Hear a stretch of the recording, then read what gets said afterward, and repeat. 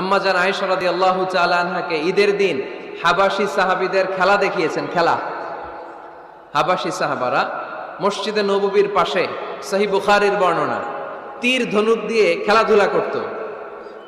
তা আম্মা জান আয়েশা দেখতে চাইলেন। আল্লাহর হাবিব সাল্লাল্লাহু আলাইহি ওয়াসাল্লাম এটা বুঝতে পারলেন, জিজ্ঞেস করলেন, তাশতাহিন তানজুরিন? বুখারীর বর্ণনা, তাশতাহিন তানজুরিন, আয়েশা তুমি কি দেখতে চাও? আম্মা জান বললেন, হ্যাঁ আমি দেখতে চাই। আল্লাহর হাবিব সাল্লাল্লাহু আলাইহি ওয়াসাল্লাম আম্মা জান আয়েশাকে পিছনে দাঁড় করালেন।